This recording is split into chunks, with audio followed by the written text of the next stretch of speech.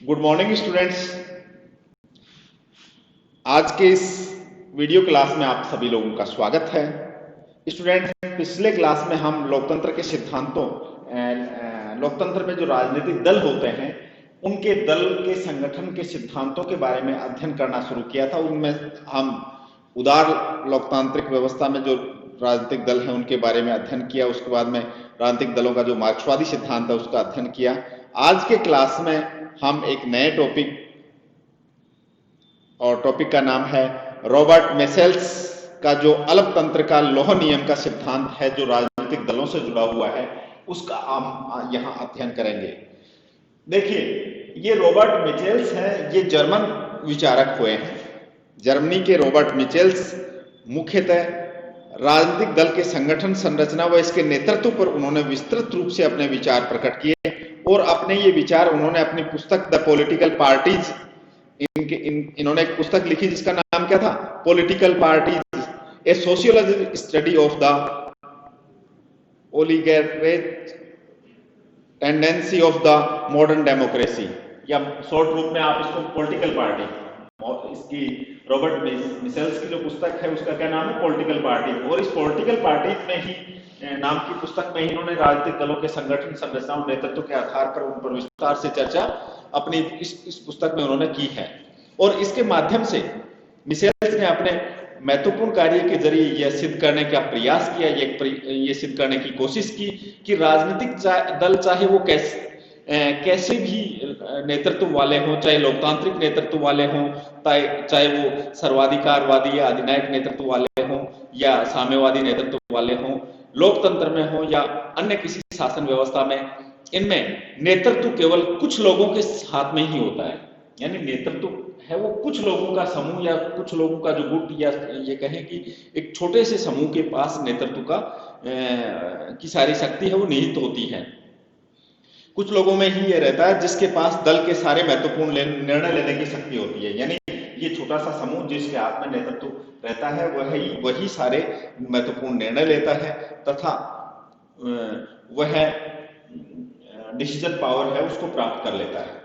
तो इस प्रकार से मिशेल्स ने अपने इस सिद्धांत में, राजनीतिक दलों के अलपतंत्र के लौह नियम के सिद्धांत में इस बात को स्पष्ट करने का प्रयास किया है।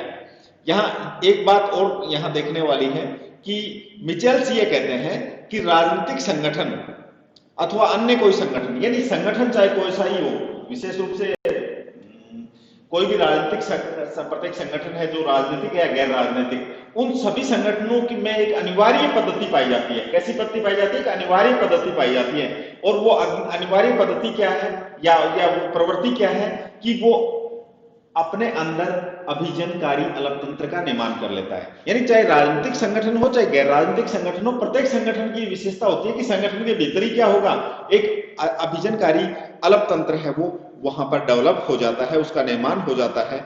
इन संगठनों में लोकतांत्रिक संरचनाओं में विद्यमान अलपतंत्रीय प्रवृत्तियों की जांच के बजाय वह इन प्रवृत्तियों को अपने लोकतांत्रिकीय छद्म व्यवहार से छिपाते हैं। यानी वो नेतृत्व को कुछ समूह के बाद हाथ में होता है, लेकिन एक प्रकार से वो दिखावा करते हैं, इस चीज को वो छुपा जाता है। जर्मनी के राजनीतिक दल सोशल डेमोक्रेटिक पार्टी, यहाँ पर जर्मन जो राजनीतिक दल है जिसका नाम क्या है? Social democratic party.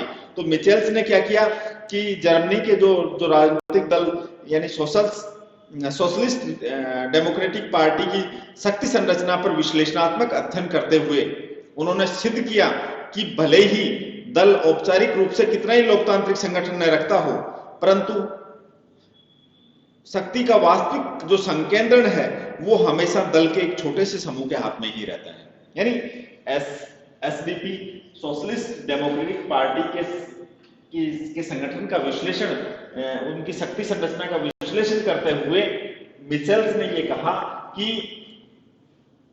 चाहे दल कोई भी राजनीतिक दल है वो औपचारिक रूप से चाहे कितना ही लोकतांत्रिक संगठन रखता है, ये कहें कि दलीय संगठन है वो पूरी तरह से डेमोक्रेटिक है, सारे निर्णय डेमोक्रेटिक होकर लिए जाते हैं, लेकिन चाहे कोई दल कितना ही लोकतांत्रिक संगठन रखे, वास्तव में जो शक्ति का संकेंद्रण है वो छोटे से समूह में ही निहित होगा। ऐसा नहीं है कि लोकतांत्रिक संगठन रखता है तो सभी लोग समान रूप से उसमें भागीदारी करेंगे, ऐसा संभव ही नहीं है। तो मिचेल्स ने भी कहा, सोशल डेमोक्रेटिक पार्टी का शक्ति संरचना का विश्लेषण करते हुए कहा कि कोई भी दल चाहे कितना ही औपचारिक रूप से कितना ही दिखावा करे कि वो उसका संगठन पूरी तरह से लोकतांत्रिक है, लेकिन वास्तव में शक्ति का संकेंद्रण तो कुछ ही लोगों के हाथ में होगा और वो ही महत्वपूर्ण निर्णय लेंगे। तो यहां पर छोटे से समूह में ही निहित होगा। मिचेल्स मानते हैं कि लोकतंत्र में दल अपने संगठन को व्यापक सामाजिक आधार बढ़ाते हैं, यानी प्रत्येक राजनीतिक दल क्या करेगा, वो अपना व्यापक सामाजिक आधार बढ़ाएगा। और ऐसा क्यों करता है? वो अपना सामाजिक आधार बढ़ाने का प्रयास क्यों करता है? क्योंकि वह चाहता है, वह दल ये चाहता है कि ज्यादा से ज्यादा लोग उससे जुड़े और उसके नेतृत्व के अनुयायी बने। मिचेल्स यहां पर यह भी कहते हैं कि लोकतांत्रिक दलों में अलपतंत्र का मुख्य कारण नेताओं की तकनीकी अपरिहार्यता का पाया जाना है। यानी ये अल्पतंत्र क्यों बनता है, किसी भी दल में ये अल्पतंत्र क्यों बनता है, और इसका मुख्य कारण मिचेल्स ने ये कहा कि जो तकनीकी अपरिहार्यता, कुछ लोगों, सभी लोग टेक्निकली साउंड नहीं होते, लेकिन जो लोग टेक्निकली साउंड होते हैं, तकनीकी अनिवार्यताओं के चलते वो एक अल्पतंत्र का निर्माण हो जाता है। दल में कार्यों के विभेदीकरण के कारण जो प्रक्रिया शुरू हुई है, यानी क्योंकि अब राजनीतिक दलों के कार्यों में भी विविधता आ गई है, तो विभिन्न कार्यों को करने के लिए एक प्रकार से विभेदीकरण की प्रक्रिया, अलग अलग प्रकार के कार्य हैं वो अलग अलग नेताओं के समूह को दे दिए जाते हैं, अलग अलग नेताओं को दे दिए जाते हैं, काम को विभेदीकरण कर दिया जाता है, उन्हें कुछ गुणों से पूरा किया जाता है जो नेता द्वारा जनता से दूर होने के कारण प्राप्त की जाती है। शुरू में ही नेता स्वाभाविक तरीके से उदित होता है। स्टार्टिंग में तो क्या होता है, किसी भी दल में जो नेता होते हैं उनका उभार कैसे होता है? स्टार्टिंग में तो उनका उभार क्या होता है, स्वाभाविक तरीके से होता है और उनके कार्य सहायक और आकार होते रहते हैं। लेकिन फिर बाद में क्या होता है, बहरहाल शीघ्र ही वे व्यावसायिक बन जाते हैं और विकास की दूसरी अवस्था में वे स्थिर हो जाते हैं और फिर वे नहीं हटाए जाते, फिर वे हटेंगे नहीं, है ना। मिचेल्स ये सिद्ध करना चाहते थे कि लोकतांत्रिक दल का नेतृत्व प्रारंभ में लोक भावना से प्रभावित होता है। शुरू में क्या होगा, लोक भावना से दल का नेतृत्व है वो प्रभावित होगा, लोक भावना से शुरू में उसका जो संगठन है वो प्रभावित होगा, परंतु जल्द ही वह भावना गायब हो जाती है क्योंकि दल में अभिजन सदस्य दल के लिए अत्यंत जरूरी हो जाते हैं।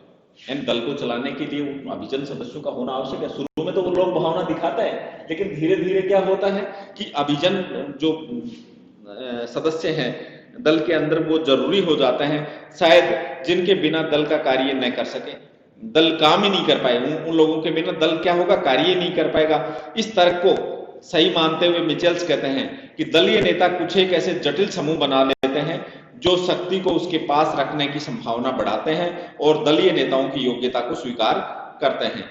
दल के सामान्य सदस्य या जो अनुयायी हैं इन नेताओं के हित साधन यानी स्वार्थ सिद्धि का एकमात्र यंत्र बनकर रह जाते हैं और लोगों से शासन में ही सामान्य और अभिजन में बढ़ जाता है। एक प्रकार से वहीं पर क्या होता है, जो दल है वो दो भागों में बढ़ जाता है। एक कौन सा, अभिजन ग्रुप होगा और दूसरा क्या होगा, जो अनुयायी वर्ग होगा, जो कि एक प्रकार से इन अभिजन वर्ग का क्या है, यंत्र मात्र है, साधन मात्र है, वो उसे एक संगठन एक साधन के रूप में काम में लेंगे।